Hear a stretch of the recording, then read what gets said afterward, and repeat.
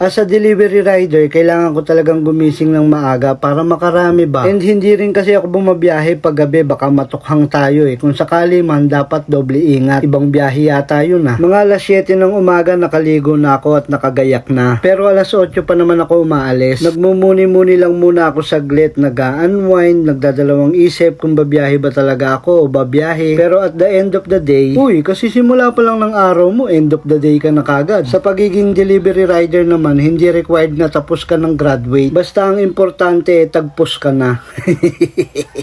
Easy, easy. Okay lang din kahit hindi sobrang galing sa academics. Dati nga nung nasa fast food chain kami, puro lang kami petics. Char. Pero at least dapat marunong ka sa math. Napaka-importante niyan. Para makalkula mo kung kasya ka ba sa sisingitan mong traffic. Unang pick up ko ngayong araw na to, it's finger licking good. Nakita ko pa nga si Kuya Miro, kaya nakipag-fist bump ako. Kasama ka na rin sa video. Pag pick up ko ng order, lumabas na din kagad ako, tapos binalibag ko na siya sa bag ko. Bago pa ako makasampa ng motor ulit, siya naman pagdating ni Kuya Ismael, kaya naman fist bump tayo dyan, pampabuena. Shoutout na rin pala kay Kuya Mon Samiliano, 4 na sticker na daw yung utang ko sa kanya. Next destination, EDSA Camias, fill up lang muna tayo ng pangalan, address, signature, at suking tindahan. And then, pick upin na natin yan, tapos teleport na tayo kay customer. Thank you po ma'am, nakatip pa ng 20 with scotch tape. Yung isang customer ko naman, ang sabi mag-doorbell na lang daw ako sa number 5A. Wala naman nakasulat sa doorbell nila or sa pintuan. Dahil autistic ako at may pagka-abnoy, ayan, ako na ang naglagay. Ayos po ba, Nay? Ayos. Bagong renovate na nga pala itong sa East Avenue, meron na silang riders area. Para nga naman yung mga mahilig mag-follow up, maingay at makukulit na rider hindi makabulaho sa loob. Yun talaga purpose niyan, char. Bali double kill yung pick up ko dito,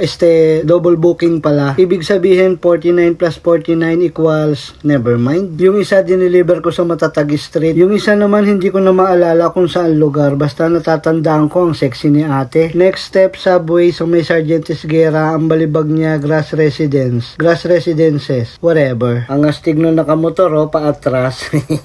ulit. Oh, panis. O siya, halang lamang ako pang umakyat. Hintayin mo yung amo mo dyan. Bye. Sunod naman, SM North Entrance. Proceed to parking area para hindi magalit yung gwardya. Pagpasok ko sa loob, sumakay lang ako ng escalator papunta sa Heaven. Ay, sa Sky Garden pala. Hindi ko talaga kabisado dito sa SM, kaya nagtanong ako kay ate. Saan lupalop po ba nakalagak yung merchant na to? Ang kabisado ko lang kasi yung Isitan Recto. Naaalala ko nga, madalas kaming mamasyal doon ng mga kaibigan ko kahit wala kaming pera. Tapos pag uwi namin, meron na kaming tigwa 150.